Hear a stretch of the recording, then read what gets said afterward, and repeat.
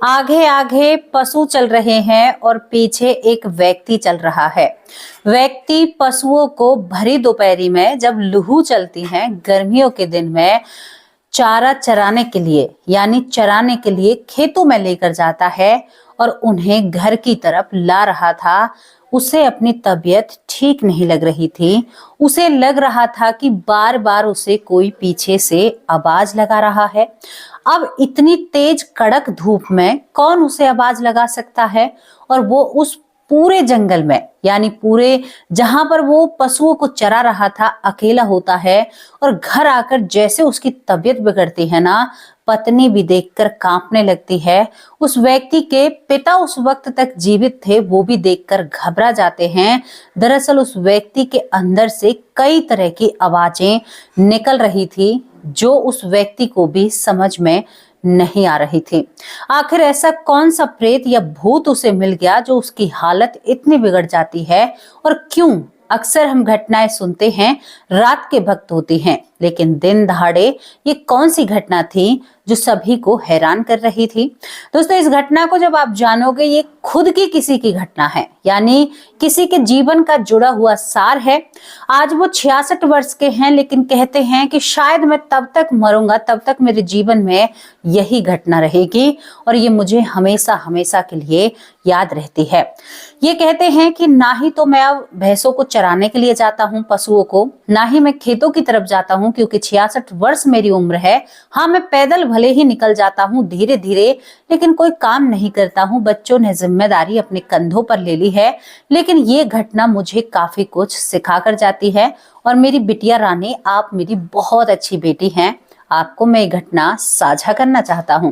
दोस्तों, आप एक डरावनी स्टोरी के लिए तैयार हैं? बहुत ही डरावनी घटना जो शायद हमें सोचने पर फिर दोबारा से मजबूर कर देती है कि हमें कहीं ना कहीं चूक हुई है, हमें सोचना चाहिए।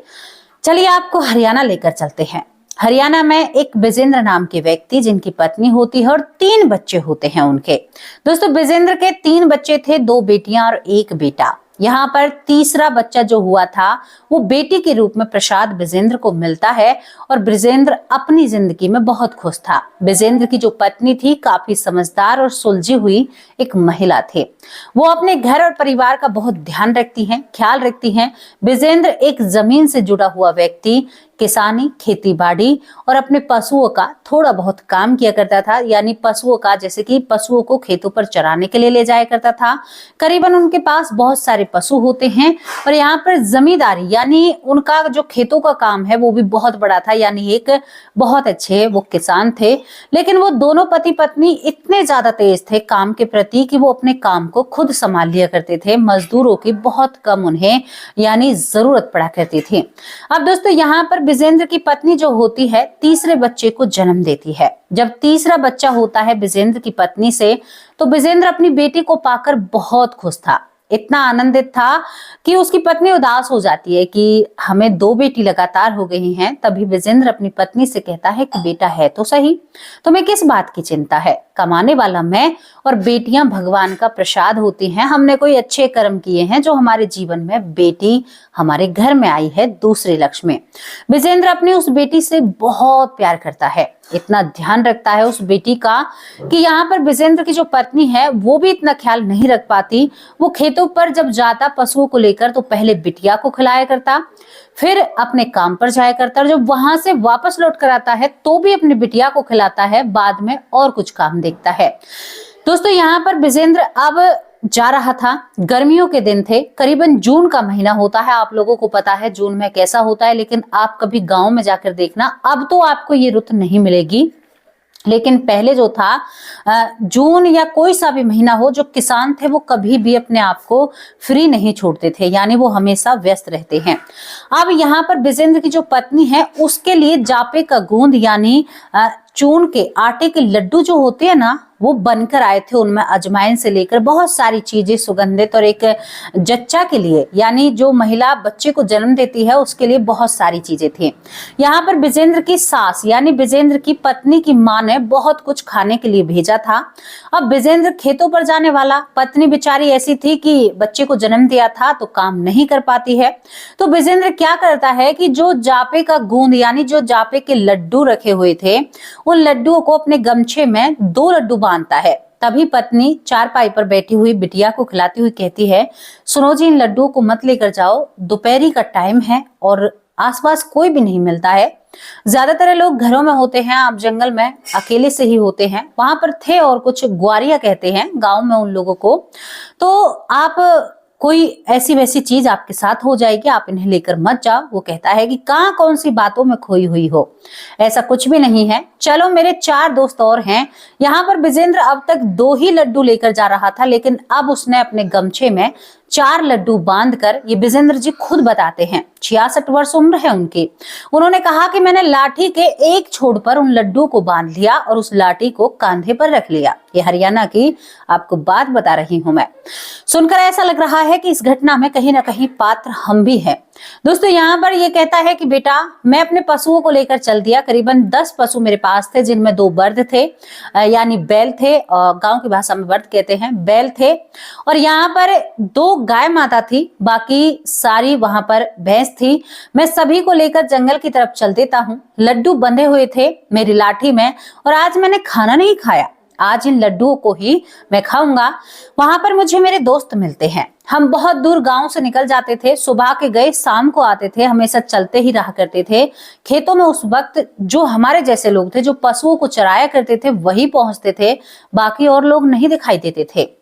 और उस समय में चारा जो होता है, हरा चारा बहुत कम दिखता था, लेकिन पशुओं का पेट हमें भरना था। मेंढ जो होती है, जो खेत होता है उनके आसपास जो मेंढे होती हैं, उन्हीं से पशुओं का पेट भरा करते थे। अब एक पेड़ था पीपल का बहुत बड़ा, उस पेड़ के नीचे मैं और मेरे 4 साथी होते हैं। जैसे ही मैं उन लड्डुओं को खोलकर बैठता हूँ पीपल के पेड़ नीचे, क्योंकि विजेंद्र कहते हैं कि मैं इन चीजों को मानता नहीं हूँ, मैंने वहां पर खोला तो मुझे एकदम से ऐसे लगा कि मेरी पीठ पर कोई दांक गया है, यानी पीठ पर चढ़कर कोई बैठ गया है। अब विजेंद्र इधर उधर देखता है तो साथी कहते हैं कि भाई क्या हुआ, तुम ऐसे हताश और उदास क्यों लग रहे हो। तो यहाँ पर ये कहता है कि यार कुछ नहीं, मुझे ऐसा लगा जैसे मेरे ऊपर कोई कूदा हो, यानी मेरे कंधों पर कोई बैठ गया हो। वो दोस्त हंसने लगते हैं, अच्छा तू भी इन बातों पर भरोसा करने लगा। दोस्तों यहाँ पर ये चारों एक एक लड्डू खाते हैं, लेकिन किसी को कुछ नहीं होता, लेकिन विजेंद्र की तबीयत खराब होने लगती है लड्डुओं को खाते हैं। यहाँ पर पीपल के पेड़ नीचे से ही विजेंद्र कहता है कि पता नहीं, मुझे तो अजीब सा लग रहा है, ऐसा लग रहा है कि मैं उछलूंगा और मैं उड़ूंगा, जाने क्या करूंगा, और मुझे वजन सा लग रहा है। चारों दोस्त कहते हैं, यानी 3 दोस्त और, कि देखो विजेंद्र ऐसा है, गर्मी बहुत है, शायद तुम्हें आज लड्डू की वजह से या तुम्हें हैजा जैसा कुछ लग रहा है। एक काम करो, तुम पशुओं को लेकर जल्दी घर जाओ, तुम्हारी तबीयत बिगड़ जाएगी, और तबीयत बिगड़ गई तो फिर तुम्हें परेशानी होगी, और तुम्हें परेशानी होगी तो तुम्हारे घर में एक नन्ही बेटी आई है, तुम अपने घर का कामकाज देखो, आज घर से न्यार डाल देना, यानी चारा डाल देना।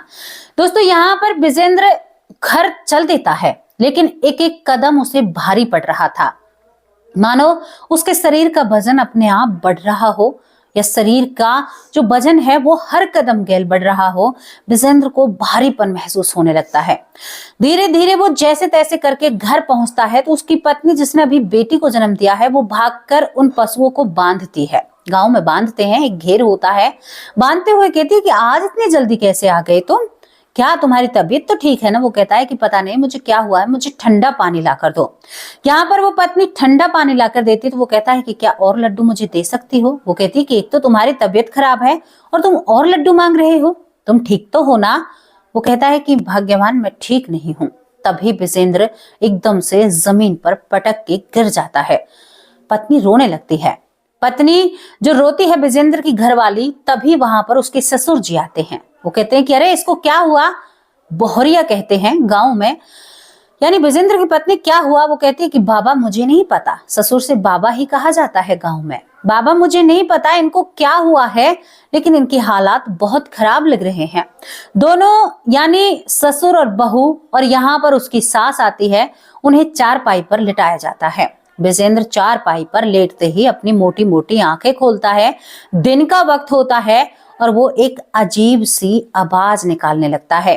आवाज ऐसी कि पत्नी डरकर पीछे हट जाती है, क्योंकि उसने अभी एक बेटी को जन्म दिया था। वो घबराने लगती है, लेकिन पिता उसके पैरों को पकड़कर बैठ जाता है। और यहाँ पर माँ, बेटा तुम्हें क्या हुआ? तभी विजेंद्र घुटनों पर चारपाई पर बैठता है।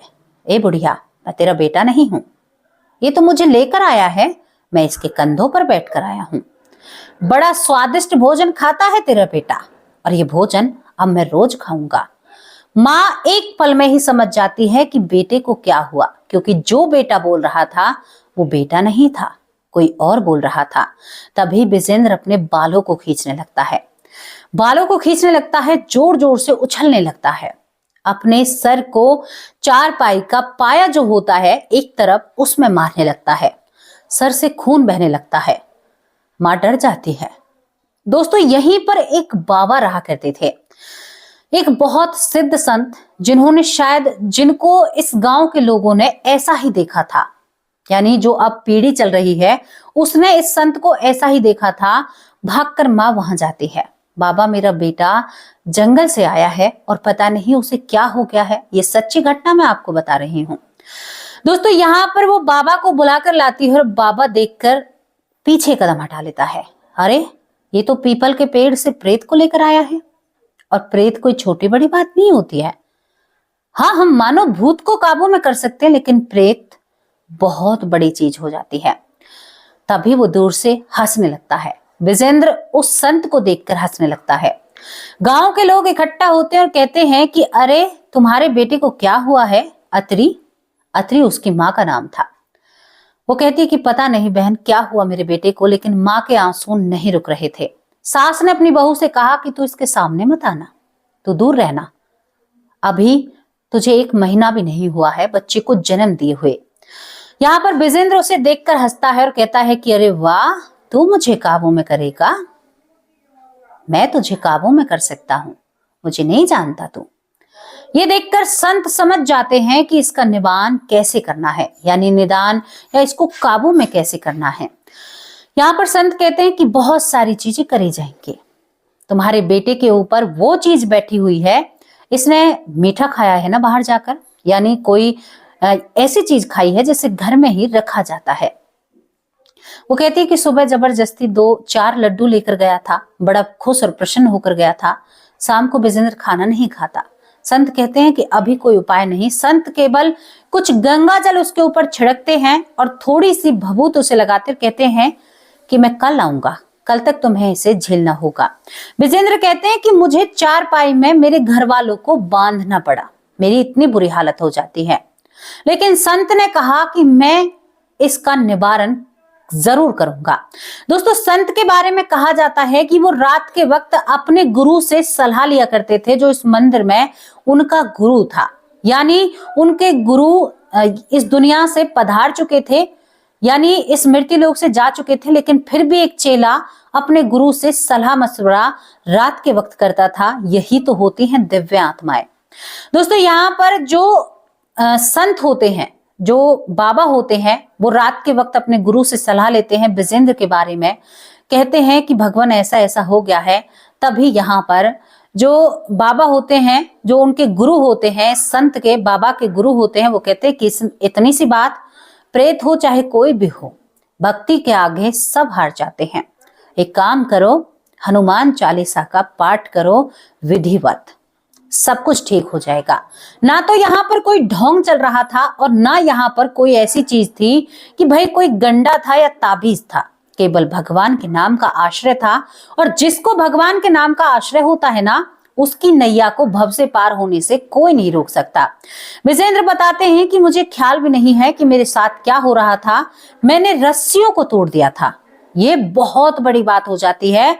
रस्सियां मेरे बाबा को करीबन 3 बार बांधनी पड़ी थी। मेरी कलाइयों से खून आने लगा था। इतने बुरे हालात मेरे हो चुके थे।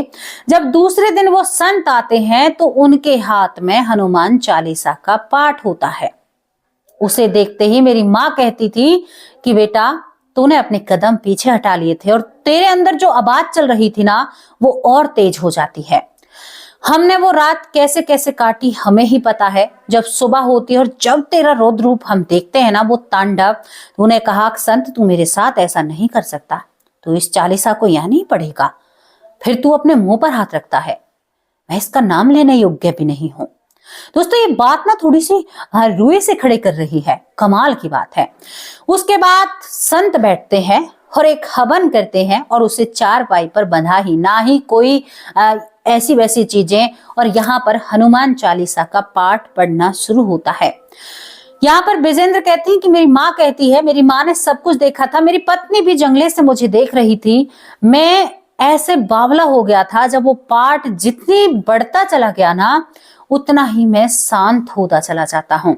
एक बार तो मैं बहुत ज्यादा, जैसे दूध में उफान नहीं आता है, मैं चीखता हूँ, चिल्लाता हूँ, बंद करो। मेरे कानों तक से खून आ गया था, मेरी कलाइयों तक खून आ गया था। कहते हैं कि विजेंद्र जी कि उस दिन जो मुझसे बीती वो मैं आज आपको बता रहा हूं, या मेरे घर वाले जानते हैं, या उस वक्त जो मेरे साथ के लोग थे वो जानते हैं। मेरे चारों दोस्त मुझे देखने के लिए घर आते हैं। क्या हुआ दोस्त, तू तो अच्छा भला था। अब यहाँ पर एक लॉजिक की बात आपको बताऊं, देखो विजेंद्र ने खाया, 3 दोस्तों ने खाया जो पीपल के नीचे बैठे थे, लेकिन वो विजेंद्र के ही कंधों पर क्यों बैठा? वो प्रेत विजेंद्र के ही साथ क्यों आया? कर्म योग। अब आप लोग ये कहते हैं ना कि ये ऊपरी शक्ति, पता है इनका भी दुख हमें तभी मिलता है जब हमारा कोई कर्म खराब होता है, तो इनको भी आदेश मिलता है, किसी ना किसी बहाने से हमारे कर्म हमारे सामने आते हैं और हमें इस तरह से दुख दिया जाता है। वरना देखो उसी पीपल के नीचे 3 और लोगों ने भी खाया था, उनको तो कुछ नहीं हुआ। ये भी तो बात है ना, ये कर्म से होता है। प्रेत भी आपकी, प्रेत बाधा भी आपके ऊपर तभी आएगी जब आपका कोई कर्म बन रहा होगा कि भाई आपको किस तरह से दुख दिया जाए। तो किसी के शरीर में रोग होता है, किसी की काया में, दाढ़ में, कान में चीस, पैर में दर्द, बुखार, निमोनिया, बहुत सारी चीजें होती हैं। तो उन सारी चीजों में कष्ट देने वाली ये चीज भी होती है प्रेत बाधा। ये भी आपके कर्म के अनुसार आपके ऊपर आती है।